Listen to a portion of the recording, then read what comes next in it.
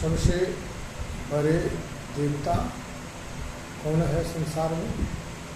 तो पिता ही है, क्योंकि पिता का मात्सर्य इतना अनमोल है।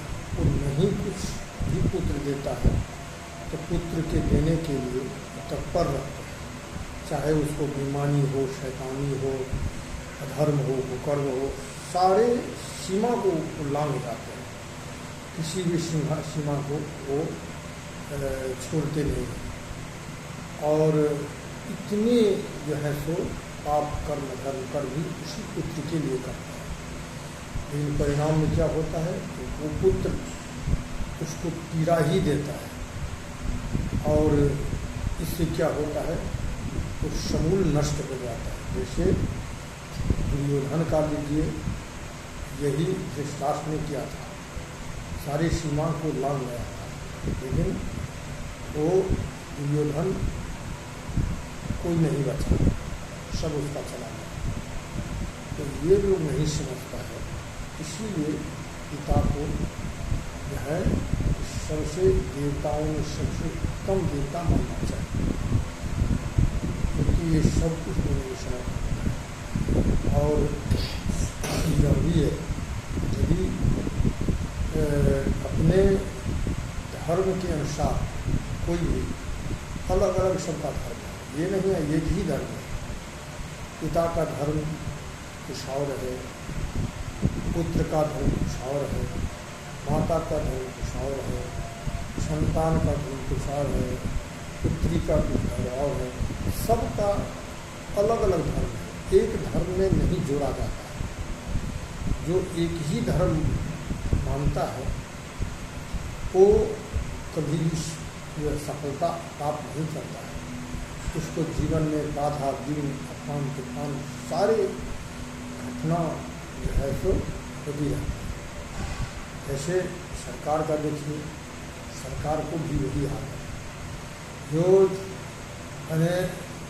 ये भी नहीं उनको ध्यान रखना चाहिए, एक धर्म नहीं है, धर्म सबके साथ अनेक जिसका जो है, बच्चा का कुछ और धर्म है, बूढ़े का कुछ और धर्म है, जवान का कुछ और धर्म है, सबका अलग अलग है।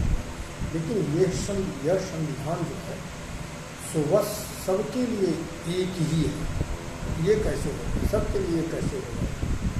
हाँ, हम गुरु आज हम कहाँ एक है, चाहे कोई कंपनी में है सब एक ही ड्रेस में है, कोई सेना में है तो एक ही ड्रेस में है, और एक ही संविधान है, कोई कार्यालय में है तो उसका जो है अपना जो जैसा पद पर है उसका वैसा है।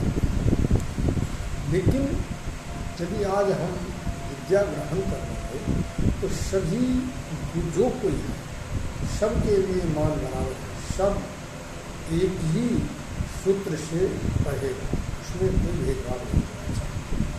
और ऐसे ही अनेक शब्द सब। असली बात यह है कि धर्म किसको कहता है, यह जब उनको समझ में आ जाएगा तब वो समझ जाएंगे धर्म किसको कहते हैं। धर्म समझने के लिए उनको शास्त्र देखना पड़ेगा, न्याय, मीमांसा, वेद, उपनिषद इत्यादि ये सब देखना पड़ेगा।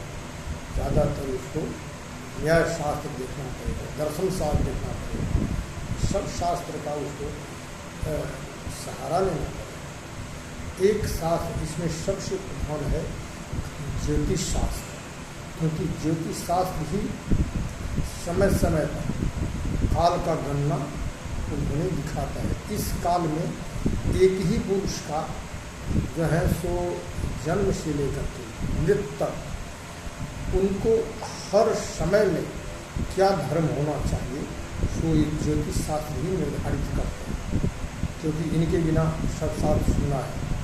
यही ये काल में, यानी काल का अर्थ ये अवस्था है, इस अवस्था का ये धर्म है, ये अवस्था है ये अवस्था ये धर्म, ये अवस्था है ये अवस्था ये धर्म। और हर अवस्थाओं का धर्म ज्योतिष शास्त्र ही बताता है।